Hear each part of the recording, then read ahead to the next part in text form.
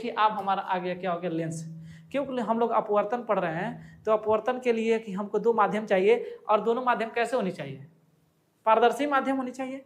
और पारदर्शी माध्यम को जोने में आर पर दिखाई दे, तो जब आर पर दिखाई देगा तो उसको देखने के लिए हमको क्या किस चीज़ की नीड होती है, तो लेंस की जरूरत होती है।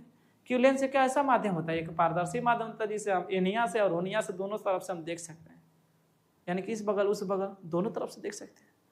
अब बात करते हैं लेंस के बारे में। तो लेंस जो बाबू होता है दो प्रकार के होते हैं, एक को हम बोलते हैं उत्तल लेंस और एक को बोलते हैं अवतल लेंस। क्या बोलते हैं, उत्तल लेंस बोलते हैं और क्या बोलते हैं, अवतल लेंस। अब देखिए ये दोनों साइड ये ओवरल रहेगा, इसका पीठ और पेट दोनों निकल रहा है, तो इसीलिए इसको हम क्या बोलेंगे, उत्तल लेंस है। और ये क्या करता है, इसमें जितना अगर प्रकाश इस साइड ले जाएंगे ना तो प्रकाश क्या करता है, एक ही जगह पे क्या करता है, सिकुड़ा देता है, एक ही जगह मिलाता है। और जो एक ही जगह प्रकाश को मिलाता है उसको हम क्या बोले हैं बाबू, तो अभिसारी बोलते हैं ना, तो इसीलिए इसको हम बोलते हैं अभिसारी लेंस बोलते हैं। क्या बोलते हैं, अभिसारी लेंस बोलते हैं। क्या बोलते हैं, अभिसारी लेंस। जितने प्रकाश आएगा और सबको एक ही पॉइंट में मिलाएगा, इसीलिए इसको हम बोलते हैं अभिसारी लेंस। क्या बोलते हैं, अभिसारी लेंस। समझ आ रहा है। और अगर बात करें अवतल लेंस, तो अवतल लेंस क्या होता है, प्रकाश को क्या करता है, बकलवा ये जब प्रकाश इसमें जाएगा ना जी, ये प्रकाश वक्त पता नहीं से का दुश्मनी फैला देता है। क्या करता है, फैला देता है।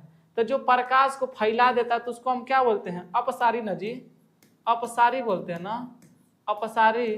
तो इसीलिए इसको हम बोलते हैं, क्या बोलते हैं, अपसारी लेंस। और इसको इंग्लिश में क्या बोलते हैं, तो क्या बोलते हैं, कन्वर्जेंट, कन्वर्जेंट लेंस बोलते हैं। और इसको हम बोलते हैं डाइवर्जेंट बोलते हैं। क्या बोलते हैं बाबू, डाइवर्जेंट बोलते हैं। आई होप आपको यहाँ सारी चीज़ें समझ में आ गई होंगी कि डाइवर्जेंट क्या होता है, लेंस क्या होता है, और कन्वर्जेंट लेंस क्या होता है। इन दोनों का उपयोग भी है। बहुत ज़्यादा डिटेल्स हम नहीं पढ़ेंगे क्योंकि हम बता चुके हैं बाबू के डिटेल्स में नहीं हम इस वीडियो में पढ़ने वाले हैं, लेकिन फिर भी हम कोशिश करके आपको डिटेल बता ही दे रहे हैं, ठीक ना। अब आगे आइए, अब यहाँ देखिए उत्तल लेंस। उत्तल लेंस के बारे में हम आपको बता चुके हैं, लेकिन फिर भी देख लीजिए ये क्या होता है बाबू, तो हम कहेंगे सर बीच में मोटा होता है। कैसा होता है जी, बीच में मोटा होता है। अब इस सारे लेंस से कहते हैं, बताएंगे नहीं बताएं। अब इसका उपयोग हम समझते हैं, उपयोग कहाँ होता है, हम कहेंगे इसका उपयोग किस में होता है भैया, तो कैमरा में होता है, और किस में होता है, तो माइक्रोस्कोप में होता है, और किस में होता है, तो हम कहेंगे आँख के चश्मों में भी होता है। तो उत्तल लेंस का प्रयोग समझ में आ गया सबको, और ऐसा क्यों होता है, क्यों करते हैं, इसके बारे में आगे हम वीडियो में पढ़ेंगे डिटेल्स में, समझ में आ गया ना, इसमें नहीं हम पढ़ने वाले हैं। तो देखिए उपयोग इसका जो हो गया बाबू, तो क्या होगा, कैमरा में इसका प्रयोग करेंगे, माइक्रोस्कोप में करेंगे, और जो हम आँख के चश्मा लगाते हैं उसमें करेंगे। और अब देखिए अवतल लेंस, आपको ये भी बता दें कि बीच में क्या होता है, पतला होता है, जिसका पेट और पीठ दोनों क्या होता है, सटा होता है।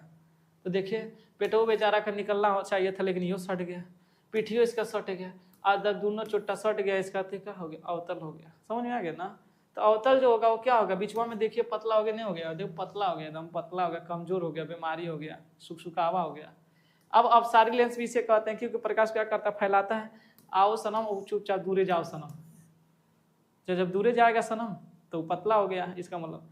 उसका उपयोग कहाँ होगा, तो हम कहेंगे इसका जो उपयोग होता है निकट दृष्टि दोष सुधारने में। निकट दृष्टि दोष क्या होता है, हम आगे पढ़ेंगे कि निकट की चीजें हमको क्या होती है, दिखाई देती, दूर की दिखाई नहीं देती। अब देखिए फाइनली अब हमारे सामने क्या आ गया, लेंस सूत्र आ गया, लेंस फार्मूला।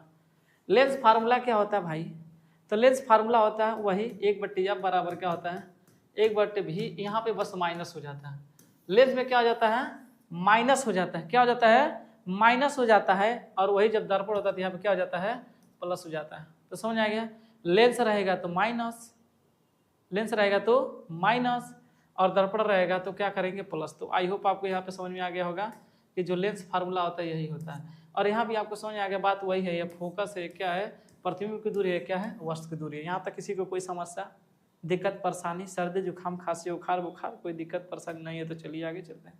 अब लेंस की जो क्षमता होती है, जो पावर होती है, क्या होती है, इसको हम किस में नापते हैं बाबू, इसको हम डायोप्टर में नापते हैं।